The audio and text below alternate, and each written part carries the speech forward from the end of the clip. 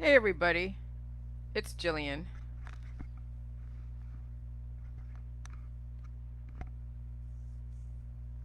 So, yeah, yesterday was quite interesting.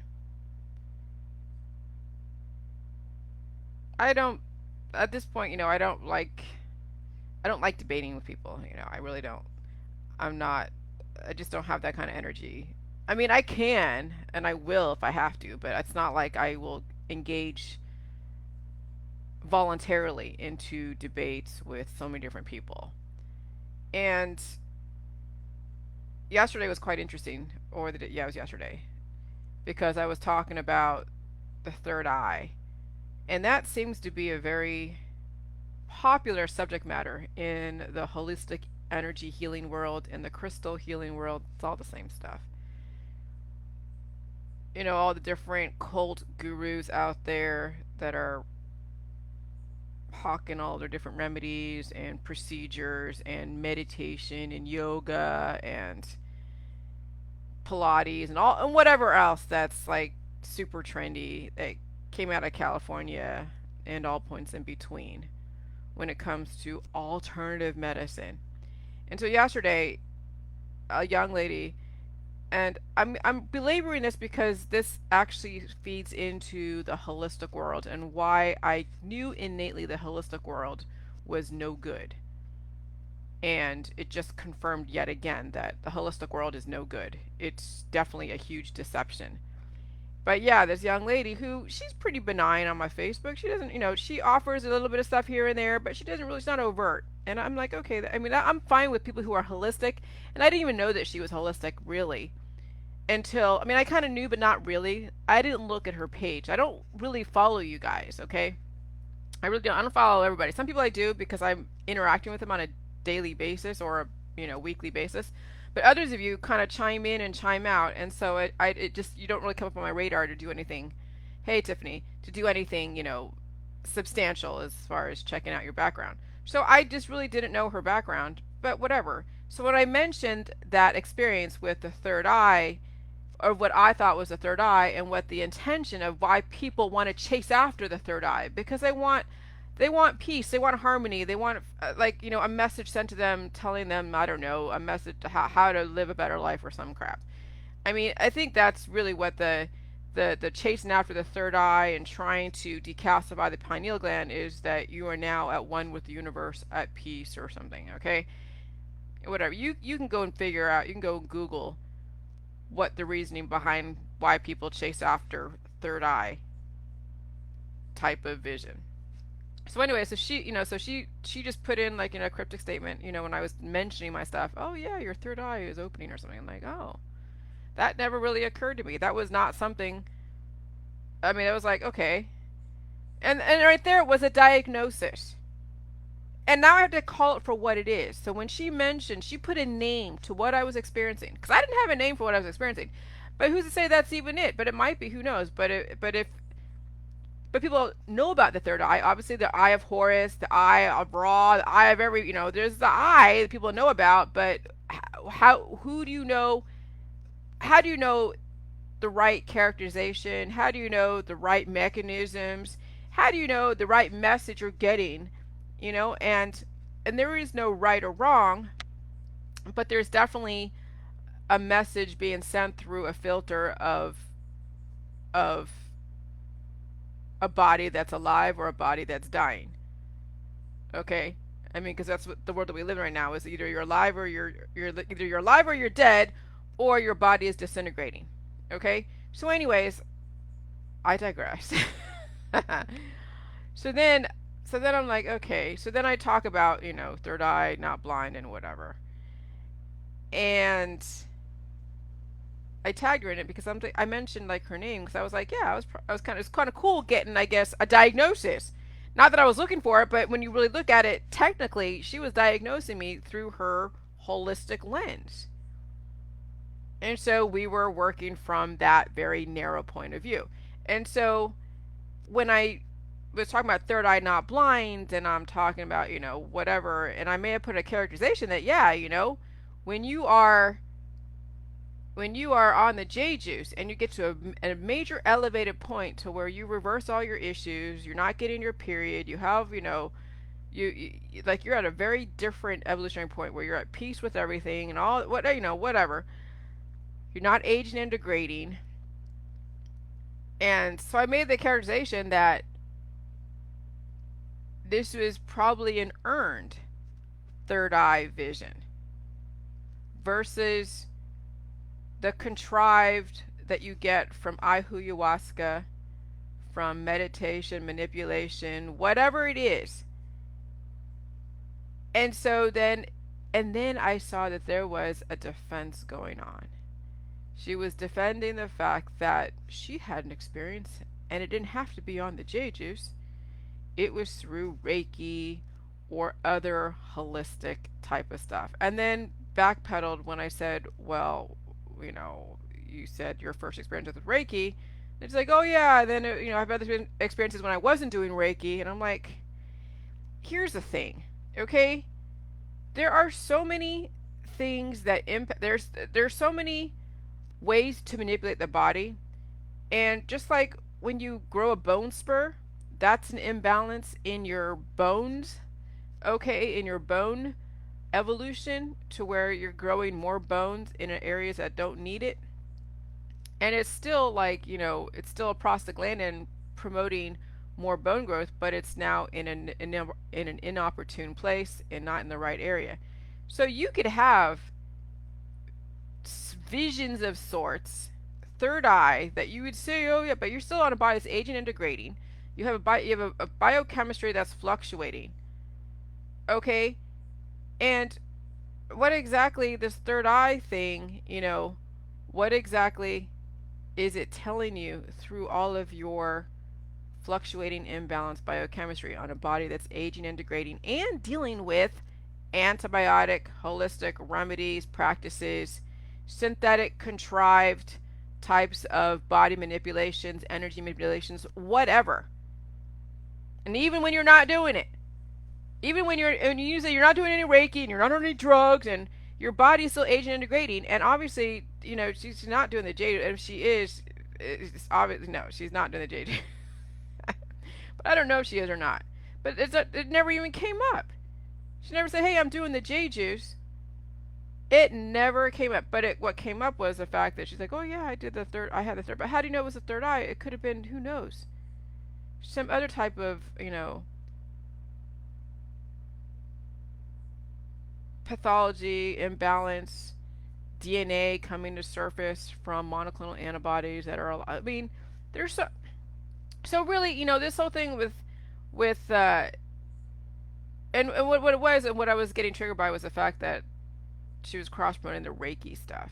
Well, yeah, during Reiki, you can go and look at your third eye, and I'm like, so you're saying, so you're selling some people, because there's a business in selling the third eye vision exploration, whatever.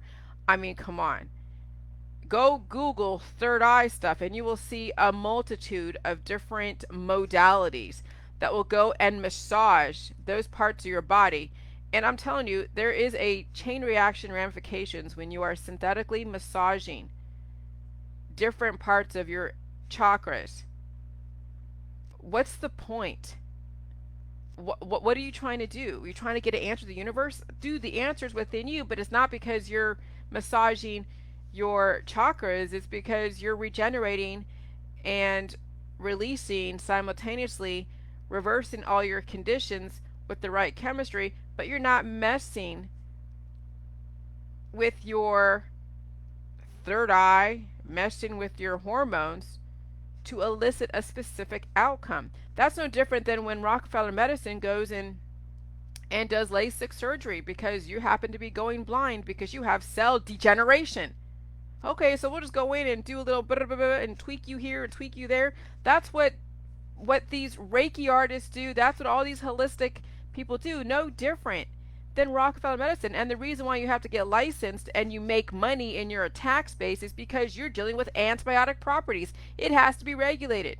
It's not, believe me, that's the reason why the Ohio Attorney General asked if my stuff was to prove that it was probiotic.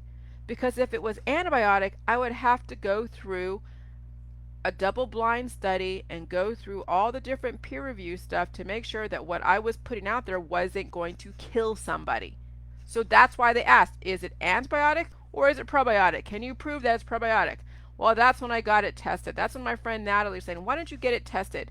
And I got it tested, and there were 13 million colony forming units of lactobacillus, which is basically a bacteria that resides in your gut that helps process your food and helps you absorb the nutrition.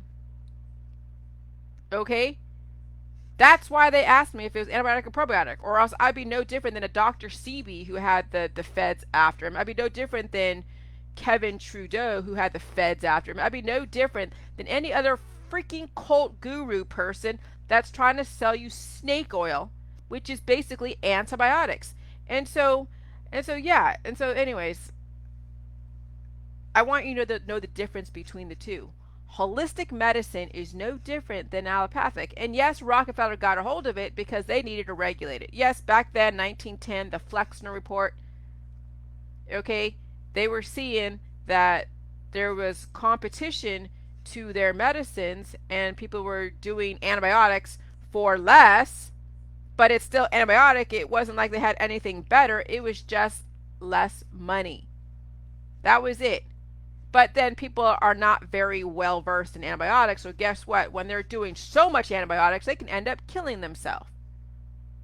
So in a lot of ways, the fact that Rockefeller medicine got a hold of the holistic world is probably a blessing in disguise, or they would have had a depopulation agenda back then.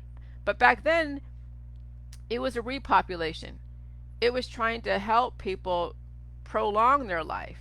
And then the 1960s, 1970s turned that shit around and created these spiritual gurus who nowadays you see them out there, on their little mountains somewhere in Ojai, California, in their pretty retreat, nice little area, and it's all like spiritual, lovey, lovey, lovey, all love, love, love, and Hare Krishna, Hare Krishna. I mean, you've known the 1960s and 1970s what came out of that. I mean, I was raised by my mother who was raised who came out of the 1960s, 1970s. She was part of the silent generation, and she was part of the hippie generation.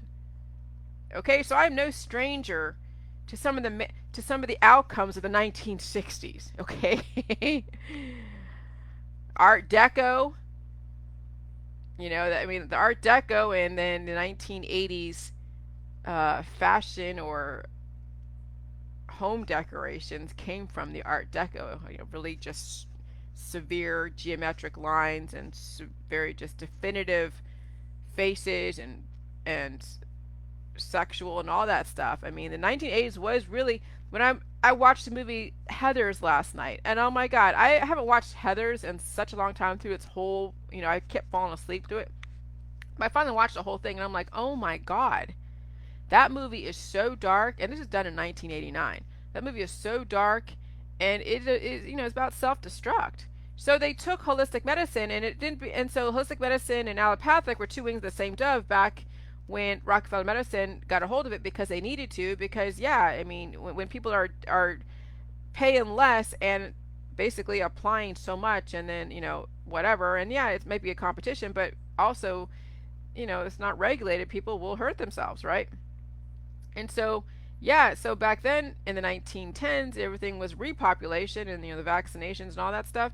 And then in 1960s, 1970s, then came that behavioral sync, which was that rat experiment on population density and what that does to the different social groups and how human behavior, what kind of human behavior comes out of that based upon rat behavior.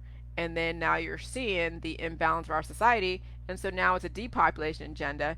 And now it's how many freaking gurus and how many freaking spiritual cults out there can they get more antibiotics in their flock of people.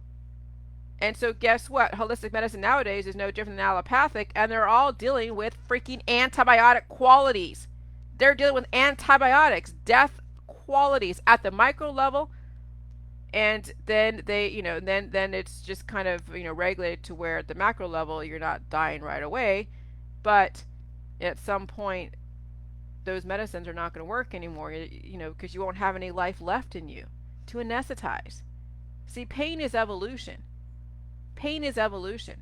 And so when this young lady, when I was telling her, and you might see that whole line of thread, and she may come off as like being really peaceful, but she was making jabs here and there, saying, "Oh yeah, I don't make claims of enlightenment. I don't sell enlightenment. I don't make claims of indefinite life." Well, you can't make those kind of claims, or even the potential, because you deal with antibiotics. So, by that very fact, by that very nature, that you can't make claims of indefinite life because you deal with antibiotics. There's no way you can comfortably substantiate your thought process because you are being regulated by the state because you deal with antibiotics, remedies, anesthetizing people. But hey, but they're cute. Like I said, Satan does not come off as ugly. Satan is not ugly. Satan, and I'm not calling these people satanic, but I'm giving you a metaphor so you understand how people get pulled into these holistic practitioners, these spiritual gurus, these energy healing cults, is because some of them, not all of them, some of them are pretty what the hell looking. But most of them that I see out there, if they have a huge customer base, it's because they look cute. They found that window in time where they can look cute for 10, 20, maybe 30 years. And that is their tractor beam into their protocols. They got cute muscles. They, they look like they, are the epitome of good health based upon our societal constructs. So it's easier to catch more flies with honey than it is vinegar, right? That's what people say to me, but I'm like, let me tell you, there's no amount of honey that I'm going to glob on somebody who has every commitment not to understand because they have an investment in their practice. And so I felt, some of her answers and some of her responses were smarmy and, trying to kill me with kindness. I could tell that.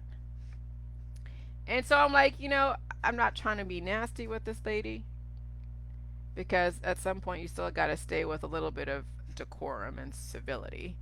But I knew there was nothing. I'd never had an emotional investment in her anyways because she only chimes in when it suits her. So I never really, got to know her really. And for obviously a good reason. But that was the third eye thing when I said, what you're doing with Reiki or whatever else, massaging the third eye and saying, oh yeah, even people who are, who have other special needs said that they have experience with third eye. And who's to say? So says she. We don't know what exactly people's experiences are and how can you characterize as a third eye. But she put that category on me, so I'm going to then say, okay, you put that category of what my experience was a third eye opening. Okay, fine, I'll bite. But now you're not going to compare my experience with what you are selling to your friends and family and acting as if you have a way for everybody to massage their third eye and get the same experience I did. Here's the thing. I'm not looking to massage third eye. I'm not looking for some spiritual awakening. For me, that's a bunch of blah, blah, blah. It doesn't make, no. That's not, I've never been one of those that are looking for spiritual enlightenment. Ever.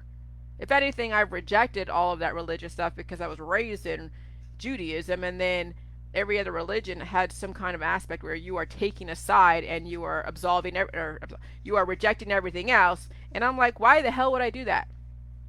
I never wanted to take a side, even when I was in a religious cult, not in it, but I was experiencing it because my friend was in it, and it was in Hawaii, and she's like, hey, come out here and, stay in Hawaii. I'm like, who's gonna say no to Hawaii? Hell no. So I was hanging out with her, watching the people do their religious stuff, reading the Bible every single day, and there was like 3 or 4 families, 5 families, a bunch of single dudes, and then a bunch of women. Most of them women were married, a few single dudes, and then there was the kids, and I was hanging out with the kids because my friend, she had kids, and And so I grew up with my friend, so I knew her very well. But she was trying to get me into the cult and try to get me to take Jesus, whatever. And I'm like, I really, what I was looking for was more an experience with Hawaii. So I worked in Honolulu, made good money, paid like $100 a month rent. I was on a bunk bed, and I never really understood, what the hell they were doing. But they were so into the Bible. And then it turns out that that guru was actually a pedophile, and he was abusing one of the girls in that place. And that came out years later after I left. I didn't know that was going on, but I find out later that he was put in jail, and some of the girls that were in there and guys, had to testify against him. So these religious, I was like, I don't want any part in any freaking religion. Okay, I don't want any part in anything spiritual, because yes, there is some kind of mind control. And then, oh my God, yes, here we go.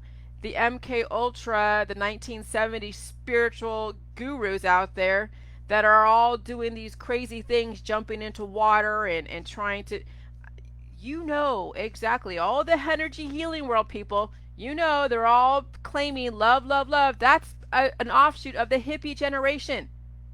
That's why I get all weird when people are all about love, love, love, because that comes from plucking your oxytocin. That comes from freaking mind control. Because love, love, love, and hate, hate, hate are two sides of the same coin. You know, when you throw someone under the bus to such a extent all the time, all the time, all the time, you are breaking them down, and then you apply love. Say, okay, I love you. I do this because I love you. So I get very sensitive because I know that it's a source of control when you are messing with people's emotions and their hormones, and then also dealing with antibiotic qualities in your procedures, all the psychological manipulations, the duality programming, playing the for and the against. It's all connected. So yesterday was pretty integral in me now looking at the holistic world and where it came from. And yeah, it's like right there. You see who in Rockefeller medicine took over it back in 1910, because yes, even though it was still dealing with the same properties, they were charging less. But nowadays, look at holistic medicine nowadays. How much do you got to pay? For a holistic practitioner to actually comfortably make a living, they charge you up the yin yang, no different than some doctor that you get out of network. We have nothing more than just a wing, same wing, controlled opposition. So this is what you have to understand. They're still doing with antibiotic qualities. They're not doing anything any different than what big pharma is doing. But this whole playing both sides, and oh yeah, oh my God, big pharma is trying to kill off the holistic doctors. That's a psychological freaking operation, and I knew it. Back when people were telling me, oh yeah, the GCMAF for autism, you get it injected in you. How is that any freaking different than a freaking vaccine? The anti-vaxxers are doing the GCMAF injections. And I was laughing, going, what the hell? Who are these people? Do they not know what it is they're promoting here? Oh yeah, I'm an anti-vaxxer, but hey, inject your baby with some kind of protein to go and counteract the autistic, whatever. I'm like, oh my God. And then, yeah, the Aaron from Health Nut News and Mercola all promoting, the holistic doctors are being targeted by Big Pharma. Oh, major, major, major psyop. Major psyop. So, yeah, I'm telling you, the psychological operations run deep. They run long, but they came from way back in the 1900s. And then they were used as now a depopulation agenda, because I realized that, well, if you're going to rebel against this, allopathic medicine, we'll give you a comfortable place to settle down and rebel against this. But hey, take all your pills, your powders, your supplements, your detoxes, and all your different little remedies, and your cannabis, and we'll do some rife machine on you to basically destroy your evolution, and we'll do a few manipulations and do a bunch of crystals, and we'll hypnotize you, and oh lordy, and we'll throw crystals at you, and throw chakras at you, and poof, you're all nice and better, and yeah, here, $100,000, please. I mean, it's laughable, it's funny, in my opinion, And you really have to understand a different truth around it. I'm not saying facts, because facts are, facts would be like antibiotic versus probiotic, okay? I'm telling you a different truth so you can then start looking at the facts behind what is in the holistic and allopathic. Both of them are dealing with antibiotics, mind manipulation, as well as body manipulation and biochemistry manipulation and psychological manipulation. I mean, manipulation all over. Oh, but she's like, but this girl was like, oh yeah, but how can manipulation be is a negative connotation? Because it's the intent. When you manipulate something, because you can manipulate, like J-Juice manipulates your system to now be on a life trajectory, right? Because you're dealing with probiotic properties, pro-life properties. Salt is an energizing force. So is nutrition. So is water. Okay, and then you eat a diverse food supply. You don't play the discrimination game. But when you're going to a holistic practitioner who's doing freaking Reiki on you, or doing these little energy things and throwing crystals and chakras at you, their intent is to anesthetize you. Because why are you going to them?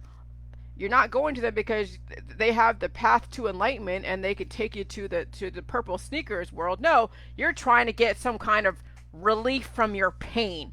That's why you go to a holistic practitioner, not because you think they are the next best thing to slice bread, because you don't know who the hell they are from Jack. Oh yeah, your friend recommended them because they took away my pain. They took away my trauma. They took away my this. That's why you go to them, because their intention to manipulate is to anesthetize.